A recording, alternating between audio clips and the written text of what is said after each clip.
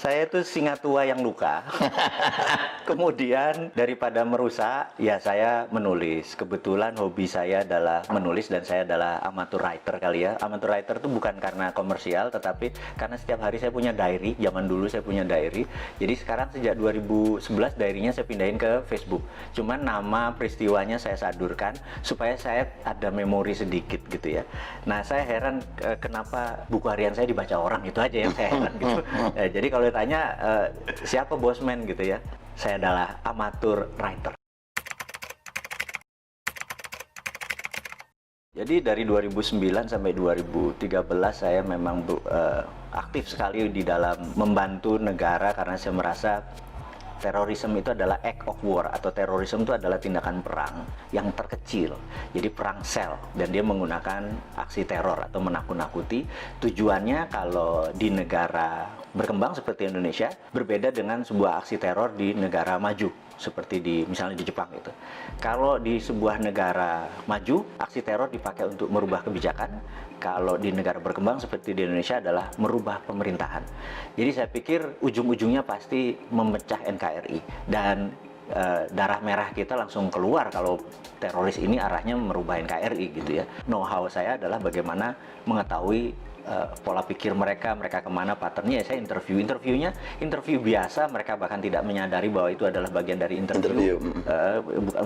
Bukan sekedar bukan collect data, bahkan kita ada cara untuk bertanya. Yang menarik adalah seorang Malaysia, agen dari Inggris yang namanya Nurdin M. Top, emang sengaja mengacurkan bangsa Indonesia. Jadi by all means Malaysia ini memang sedikit nakal. Kita disusupi dengan Nurdin M. Top, dan dia punya kemampuan linguistik pattern yang sangat luar biasa. Beberapa kali dokumen saya menyaksikan, dia dalam kurang dari 5 menit bisa membuat orang teriak Toto Allahu Akbar dan berani jihad. Benar-benar cara pengerubah itunya, dan itu menggunakan dengan waking hypnosis, alias dia tidak mempengaruhi orang yang tutup mata tidur gitu ya, seperti yang di komersial itu. Dia menggunakan kayak uya-uya ya. Dan itu kelihatan masih rendah memang ilmunya yang menggunakan tidur itu hipnosis. Tapi waking hypnosis itu benar-benar sadar, mata terbuka, kesadaran penuh, dan dia menggunakan linguistik pattern yang sangat luar biasa. Polanya saya pelajari, saya bilang gila nih orang, 5 menit aja anak. Waktu itu saya lihat ada videonya di Cirebon, 2 anak, cewek 1, cowok 1 dipanggil ngomong tentang jihad, Toto Allahu Akbar, dan bersiap mati untuk doktrin yang ditaruh oleh Nurdin M. Top. Saya bisa bilang gila nih kalau didiemin gitu ya. Nah, tapi ya bersyukurnya bahwa dia udah selesai, chapter itu udah selesai, dan selama 5 tahun itu pengalaman menarik buat saya, berkontribusi sedikit. Bukan saya adalah bagian dari lembaga tertentu, tapi ini adalah berkontribusi sedikit bagaimana supaya terorisme yang mengatasnamakan agama, yang mau mecah belah NKRI sekarang bisa dikatakan sudah selesai. Tapi yang jelas yang menjadi pahlawan menurut saya adalah Pak Tito Karnavian, orang-orang yang di dunia kepolisian saat ini, yang dialah actionnya ya. Kalau saya kan cuma polanya atau patternnya atau mindsetnya saja yang saya pelajari. Jadi tidak pernah berubah sejak tahun 45. Jadi sebelum tahun 45 dunia ini bergeser jauh, tapi setelah tahun 45 ke sini dunia ini tidak bergeser jauh. Setelah Long Telegram, ada sebuah buku yang menarik yang ditulis George F. Kennan, di mana dia adalah penarok foreign policy. Yang diatur adalah Eropa adalah negara produsen, Amerika negara produsen, kemudian Timur Tengah adalah negara energi, kemudian Afrika adalah bahan bakunya Timur Tengah, Amerika Latin adalah bahan bakunya Amerika, kemudian Asia seperti Indonesia, Asia Tenggara, India, dan China adalah market. Kalau market itu tidak boleh miskin, tidak boleh kaya, gitu ya. Nah, kalau negara produsen harus kaya, negara sumber bahan alam tidak boleh kaya, bahkan harus lebih miskin daripada negara market gitu ya. Itu memang disetel seperti itu.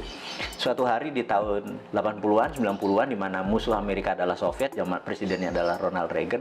Mereka fokus di Timur Tengah karena energi, dan tahun 91 Soviet rata tanah. Fokus mereka terhadap energi itu, lupa bahwa ternyata China membangun manufaktur. Dan China membangun manufaktur itu bukan sendirian, dia dengan geng globalis dalam tanda petik ini ya. Tahun 80-an itu masuk ke China hanya sebagai labor murah. China membangun produksi. Nah, begitu China 20 tahun kemudian, dunia shock di tahun 2008 pada saat Olimpiade Beijing. Di situ dunia shock karena China mendadak menjadi negara produsen dan Amerika udah telat, realize-nya, menyadarinya sadarnya telat. sudah telat gitu. Ternyata Cina udah merubah dirinya menjadi negara produsen gitu. Kalau dia negara produsen, maka dia harus punya satu market, dua sumber bahan baku. Cina itu bahan bakunya dari nggak usah dijawab gitu ya. Dan negara yang jadi bahan baku itu harus miskin. Dan negara yang jadi pasarnya dia yaitu Amerika dan Eropa tidak boleh kaya, tidak boleh miskin. Itu disetel sama Cina sekarang. Jadi kalau pemerintah tidak paham how the world work, bener nggak?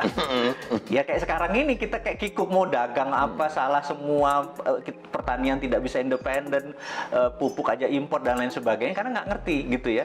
Nah kita coba mengingatkan bahwa kalau sebagai Anda pengelola negara tapi nggak ngerti how the world work, ya seperti sekarang berantakan. Nah ini kita buka makanya. Propaganda itu ilmu makrifat, ilmu tertinggi dari strategi mempengaruhi orang lain. Jadi yang paling rendah namanya agitasi. Agitasi itu adalah mengajak, provokasi mengajak dan bergerak. Propaganda adalah changing mindset. Jadi ini semua bertahap. Mengajak dulu, mengajak dan bergerak, kemudian changing mindset. Propaganda itu bukan sekedar informasi satu aja, itu masih agitasi namanya. Propaganda itu changing mindset. Misalnya kita ingin Indonesia ini negaranya khilafah gitu. Ini contoh saja. Mereka punya cara melakukan agitasi, provokasi supaya nanti oh iya ya, kita harus merubah menjadi khilafah. Itu contoh propaganda. Namanya changing mindset. Jadi kalau sepotong-sepotong nggak bisa dibilang itu propaganda. Jadi harus hati-hati, sepotong-sepotong ini bagian dari puzzle-puzzle-nya ini. Counter propagandanya pun kita udah harus siap. Gitu, ada counter propaganda. Oh ini bagian dari propaganda, bagian dari agitasi, bagian dari provokasi, bagian dari kita harus ada counternya. Saat ini dunia intelijen harusnya punya divisi itu. Mudah-mudahan sadar. Karena sadar itu dalam artian karena ilmu ini bergeser terus, ilmu komunikasi massa ini bergeser terus. Dulu adalah menggunakan koran, dulu menggunakan TV, dulu menggunakan radio, sekarang menggunakan apapun. Jadi sekarang ini perangnya bukan battleground, bukan perang ground, tapi battle space. Nah, kemampuan battle space kita ini, perang di udara tadi, bukan satelitnya, bukan sekedar internetnya, bukan sekedar sosmednya, tapi kontennya ini benar-benar tidak sesederhana yang seperti kita bayangkan. Nah, di sana dokter-dokter semua, iya kan, bukannya seseorang yang ilmu pengetahuan akan psikologinya nggak mateng gitu. Jadi saya pikir banyak yang harus kita pelajari. Jadi sekali lagi anak-anak muda yang di bawah 40 tahun yang saya bilang nanti 4 tahun lagi berkuasa itu kesempatan Anda belajar. Karena yang tua-tua nggak mungkin belajar kan. Saat ini yang saya lihat kita terjadi pelemahan di dalam memahami namanya sovereignty atau kedaulatan. Ekonomi kita tidak berdaulat, finance kita tidak berdaulat, bahkan sumber daya alam kita tidak berdaulat. Bisa diambil contoh gini, kita udah dikadali sama Freeport. Dikadali Freeport tuh gini, Grasberg itu adalah tambang tembaga. Kita cuma dapat koper konsentrat. Setelah diproses jadi konsentrat, dikirim anoda slime, dikirim tadi, dan kita tidak mendapatkan benefit koper konsentrat. Apa itu benefit? Begitu dia masuk ke smelter, maka outputnya adalah gold 100 ton per tahun, platinum 50 ton, dan ada uranium dari rare earth. Kita tidak mendapatkan benefit tersebut. Jadi kita cuma dibayar pajaknya hanya koper tembaga gitu ya. Oke, kebodohan 40 tahun, udahlah biar dulu mbah-mbah yang kita mungkin udah dapat benefit ya wes, kita kan orang Jawa dididik mikul dhuwur mendem jero ya. Ya sudah, kita mikul dhuwur oke gitu. Tapi kalau sekarang lupanya ada undang-undang yang nikel. Jadi nikelnya 25%. Ini lucu. Begitu dia tambang, nikelnya 25%, nggak boleh 40. Karena kalau maksudnya kemurnian nikelnya ya 25. Yang kita harusnya adalah kemurnian nikelnya 99,9. Tapi kalau 99,9 maka banyak yang dibuang. Dia nggak mau, dia maunya 25% aja. Kenapa? Karena 25% itu ada dua benda yang dia incer.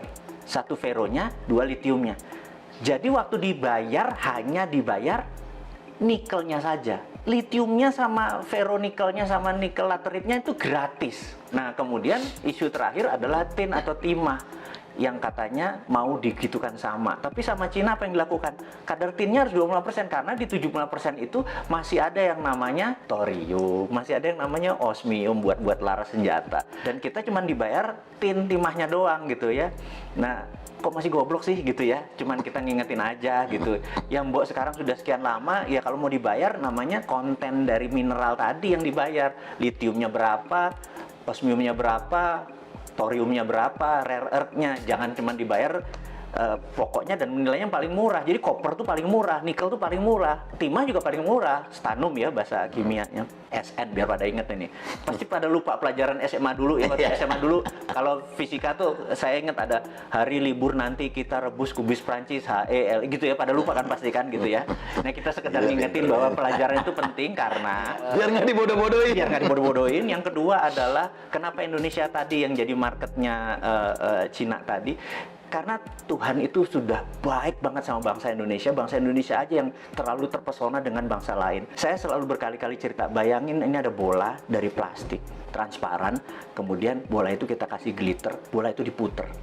Glitter itu akan ada di lingkaran tadi. Dunia ini yang sudah miliaran tahun muter itu mineralnya ada di sabuknya. Karena itu Nusantara dengan hampir sekian panjang wilayah itu menghasilkan seluruh mineral itu. Jadi 130 unsur mineral yang ada di tabel periodik itu ada semua di Indonesia. Dari mulai rare earth, tanah jarang, segala macam. Dan ini adalah hanya ada di Indonesia loh, gitu.